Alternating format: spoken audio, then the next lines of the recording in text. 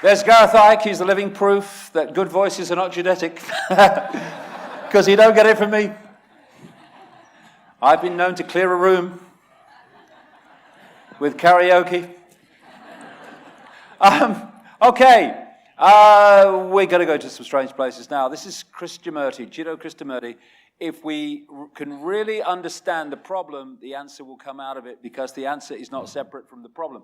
What you kind of get is people, what you might call the New Age arena, I've had over the years, who say, you shouldn't speak about that, it's negative. Well, I don't think knowledge is negative, ignorance is negative, because when you're in ignorance of what the problem is, then you can't do anything about it. So I think knowing what's going on is quite important. But in this section, we are going to go into some strange places, to say the least.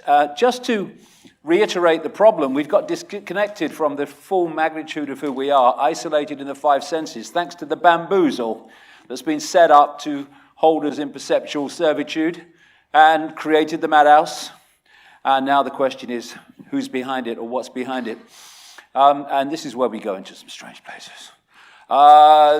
This is a lovely quote. Every man takes the limits of his own field of vision for the limits of the world. That's the program. And it's a big mistake if we're going to understand what's going on in the world, especially when we come to this bit, which is, how do we get there to this Hunger Games society? Total human control. We hide the real controllers, which is what has been happening through known human history. Who is the spider? What is this force and source that's driving all this? Well, it ain't them. Here today, gone tomorrow, politicians, different parties, same party, it doesn't matter, it's not them. No one who ever does this job, even as the so-called President of the United States, the most powerful man in the world, yeah, okay, yep, I'll believe you. Nor is it even the corporations. And a lot of people say it's the corporations. It's not. The corporations are not the origin of this control and this centralization of power. They are a vehicle for it, not the spider. And it's no one who's sitting around a table apparently making the decisions in the public eye. Those you see are only gophers for those you don't see. You can go deeper into the rabbit hole, away from the people you see, into the advisors. It's not them either. You can go even deeper into the rabbit hole, and you can find the Rothschilds and people like that. We are the Rothschilds. You don't see us, but we control your life. Well, yes, but only on one level. They're not the origin either. So who is the spider? What is the driving force? Mark Twain said, truth is stranger than fiction because fiction is obliged to stick to perceived possibilities. Truth isn't. The truth doesn't change because you don't want to hear it. And the postage stamp consensus is currently in an ambulance heading for emergency because it's heard what I'm going to say next. And this is as far off that postage stamp that you could possibly imagine. So it's in intensive care until I've finished. So are we ready? Are we ready? Who is the spider? This takes us into this next level of the rabbit hole, which is a level of non-human intelligence, which is ultimately, well, I say ultimately, there might be levels beyond that, ultimately, as we see it now, behind what's going on in the world.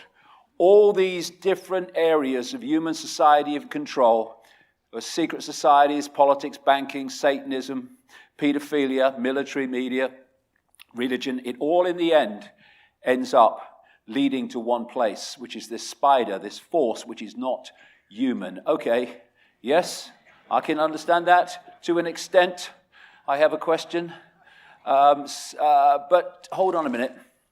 We live in an electromagnetic spectrum that's 0.005% of what exists in the universe, so mainstream science says, and we can only see a tiny fraction, visible light, of that electromagnetic spectrum of 0.005%. if you take the projected size of the universe according to mainstream science, then the Earth, by comparison, is 1/100000th of a pinhead. I feel it in me water. I think there's other life out there other than us. Honestly, I do. I'm convinced. This is, again, it's like, take a deep breath, look at it again. It's freaking obvious. It's like, do you think the sun affects our temperature? Oh, yeah, okay. Our consciousness, this is Bernard Carr, professor of mathematics and astronomy at Queen Mary University, London. Our consciousness interacts with another dimension. Our physical senses only show us a three-dimensional universe. What exists in the higher dimensions are entities we cannot touch with our physical senses. They're on different frequencies. And these non-human manipulators, visitors, from other dimensions of reality have been described in many and various ways by different cultures all over the world. The serpent gods, Chitahuri and the Zulu belief system, the children of the serpent, the Anunnaki, Sumer, Babylon, Snake Brothers, Hopi, Star People, many and various. They're called demons in Christianity, interdimensional entities. The Gnostic people I'll come to in a second called them Archons, and the Islamic, or actually the pre-Islamic world where it originated from, called them Jinn. And these are entities either that are manifesting within our reality, our visible light frequency band, or manipulating from outside of that visual frequency of perception. And the different ways, I say different ways, the common ways that they are described, many of them, very, very compelling in different cultures and belief systems. They are clearly describing the same force. Like the Archons in the Gnostic belief system, as they call them, they said of the Archons, they were made from luminous fire. And they kind of create with luminous fire. And the jinn are said by the Islamic world to be made from smokeless fire. And the way that they are described, they're clearly describing the same entities, the same force. Now, the Gnostics, I've got very interested in them in the last few years. The Gnostics were not a race, even a people. They were a belief system. They were a perception system. And whenever they got into a place and started to communicate this perception, this knowledge, it's what gnosis means, knowledge, but a certain kind of knowledge, they were persecuted by the Roman Church who sent the boys in. So it was the Gnostic perception system that was running the Great or Royal Library at Alexandria in Egypt. This fantastic depository of ancient knowledge and ancient historical awareness knowledge, which was destroyed in pieces, in sections, in a sequence over a period by the Roman Church. And the most significant one, the most talked about one, happened around 400 AD, just after. And the Gnostics, when you see what they were saying, you can see why the Roman Church wanted to destroy them. And the Cathars in southern France were also, in the same way, Gnostic thinkers. They had a perception of the universe that was what the Gnostic belief system.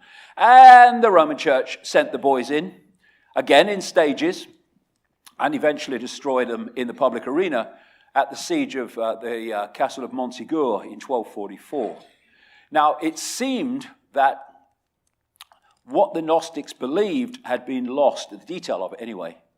But then, in 1945, a sealed jar was found, an earthen jar, at a place called Nag Hammadi, about 70, 80 miles north of Luxor on the Nile in Egypt. And in that jar was found to be a pack of writings, codices, manuscripts that were put there by the Gnostics. It's estimated around 400 AD, which kind of would sync with the destruction of the Great Library at Alexandria, which was around 415, I think, as I recall, AD. And so suddenly, there were writings which described what the Gnostics believed in detail, and they had the great benefit of, because they were in an earthen jar all that time, they couldn't, like other religious writings, be played with and changed to fit the authority of the day. And 1/5 of these writings found at Nag Hammadi talk about something they call the Archons. Just their name, it's a word, means rulers. That's why they call them that. And they said that they were manipulating human society from the unseen and were responsible for basically creating the world of what we call physicality. Now, what I found fascinating from my point of view about the Nag Hammadi writings is that I came to them quite late, just a few years ago, which was very important for me, because if I'd have come across them earlier, they can become a one-stop shop belief system, which they have for some people. But by the time I came across them and read them in detail, I'd come to conclusions as a result of decades of research. So when I'm reading them, I'm thinking, well, this is unbelievable to me, because this is what they're saying is what I've concluded. It was a confirmation, a very detailed confirmation of what I concluded was going on. And in these Nag Hammadi writings, they describe something called the silence, what I would call, Ibn Alexander would call the dazzling darkness. The silence, what I experienced, the place of all potential, all possibility, the field of possibility and probability waiting to manifest, the silence. And I experienced it as the silence, so I can understand where that word came from. And the other thing about these ancient writings, and writings like them in religion and in ancient cultures, is they only had, as I said earlier, the symbols and analogies that fitted the society of the time. They didn't have computers. They didn't have Wi-Fi fields. And so what we're looking at are descriptions using the symbols of the time. We can now update them. But what the Gnostics also called the silence was the father of all. They were trying to get across in a simple way the creator of all. Not a man with a beard on a throne, the creative force of all, the father of all. And this is from one of the Nag Hammadi texts talking about this silence. He is an incomprehensible one, but it is he who comprehends all, and nothing exists outside of him. But all exists within him, and he is boundary to them all, as he encloses them all, and they are all within him. There is no place outside of him. He's describing all that is, has been, and ever can be, the force that drives all things. But they said, and this is so the really massively relevant part to the world that we live in, they said that the silence was the creative force, but there was a fake God which had created this reality that they call the physical world. They said the physical world is a prison created by an evil fake God. Spirit, awareness, as I would call it, is entrapped in the body. Salvation, escape from this entrapment, comes from knowledge or gnosis of self and reality. And gnosis is knowledge, yes, but it's not knowledge, names, dates, places knowledge. It's knowledge of reality and how it works, that kind of knowledge. And they said the kingdom is invisible, which is true, because that which is beyond this reality is invisible to us. Everything else that exists. Now, this physical world prison that they describe in their language, I call the simulation. We update it into modern language. They said that this force was this evil fake God had created and was responsible for the world we live in at a physical level and for entrapping people in the physical world. And they had various names for this fake God. One of them was the Demurige. Another one was Yaldabaoth. It's also called Samael. This is the origin of Satan, the devil. And they said in these writings that the Old Testament God, Yahweh, Jehovah, was the Old Testament name for this fake god, which also was called in the writings Lord Archon. Again, where we get this whole theme of the Lord from in the Old Testament. Now you can see the correlation between the Nag Hammadi writings and their belief system, which hadn't been touched while it was in that sealed jar, and what you see in the Bible. Well, one of the Nag Hammadi writings says, talking about this fake god, I'll call it Demurige, opening his eyes, the chief Archon saw a vast quantity of matter without limit, and he became arrogant, saying, "It is I who am God, and there is no other power apart from me." And then if you go to Isaiah in the Old Testament, "I am the Lord, and there is none else. There is no God beside me." The correlations are quite blatant between the two. So Nag Hammadi Gnostic writings described this Demurige, this prime force of manipulation, as the blind one, blind to the spiritual world, disconnected from the greater picture, but understanding certain levels of reality in a way that it could manipulate and control. Now, this fake god, this Demurige, they describe the Archons as the formless ones. We're not talking about something in form. We're talking about a state of awareness, a very highly distorted state of awareness, an imbalanced, inverted state of awareness or inverted frequency from which it seeks to pull everything into that same distortion. Now, a perception can be a panorama, so you see this vast panorama, or you can be in a pitch black room. It's still a perception, but it's a completely different perception. And this distorted perceptual state that they call the Demurige or the Archons is a state of awareness that is without harmony, without wisdom, without heart, without empathy. All the things that the people running this world don't have, and there's a reason for that we'll come to. Now, one of the things we need to get away from is the fact that life, consciousness, awareness has to have 2 arms, 2 legs, a torso, and a head. That's just one form of vehicle for awareness. You can have pure awareness, you can have expanded awareness, you can have heart-centered awareness, or you can have what we call evil awareness, which is a vast distortion of harmony. So some scientists now are looking at this whole idea of what pertains to be life in a different way. This is a mainstream headline: "Is alien life everywhere? Radical theory claims it may have become part of the fabric of the universe."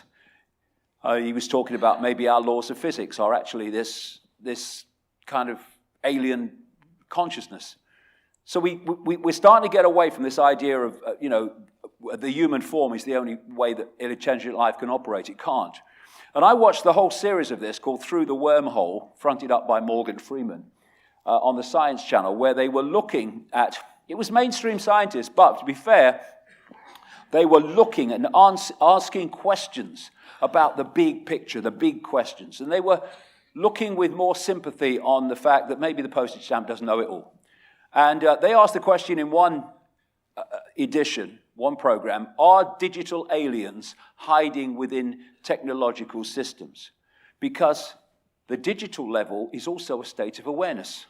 And it's a state of awareness that can manifest and can make things happen and can take control if it's in the right arena. And this is a guy called Christoph Adami from Michigan State University. He said in that program, we can define life in terms of informational processes. So life and awareness and what we call forms of consciousness take many and various expressions, infinite expressions.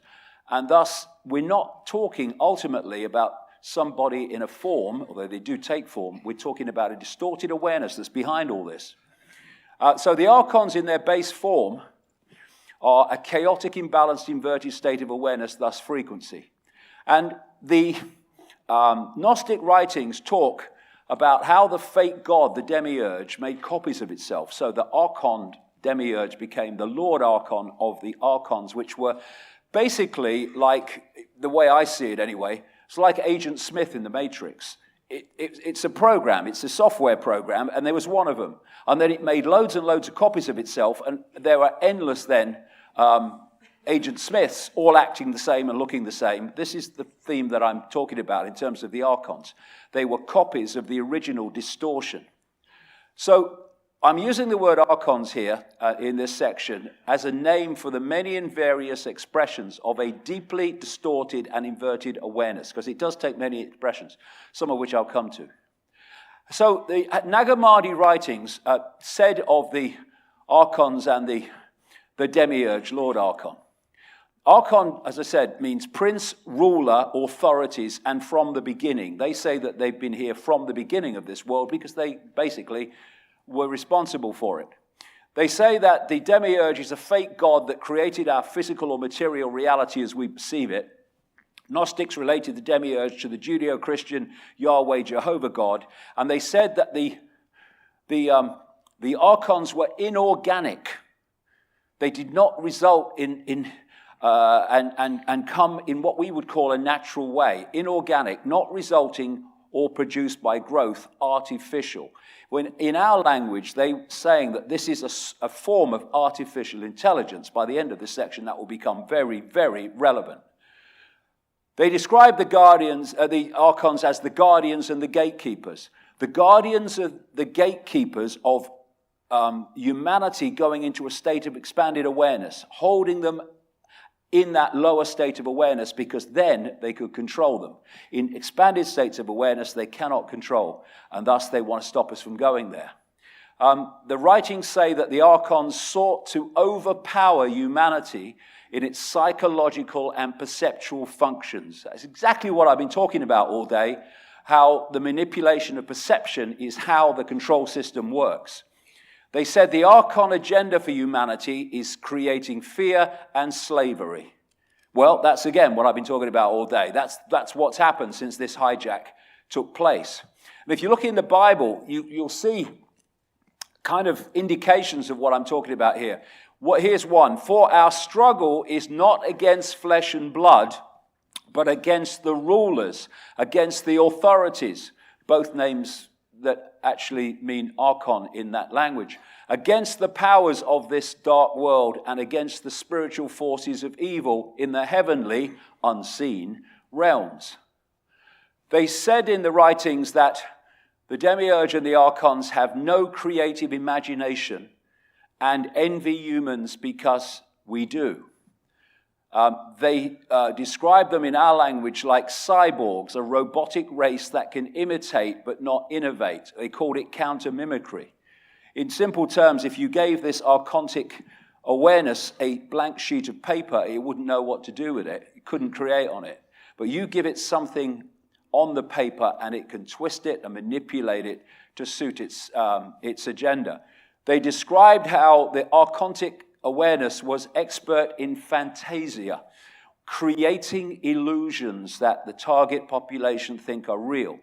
They describe them as mind parasites that possessed human perceptual processes, that they were experts in deception. They were called the deceivers, and also in inversion.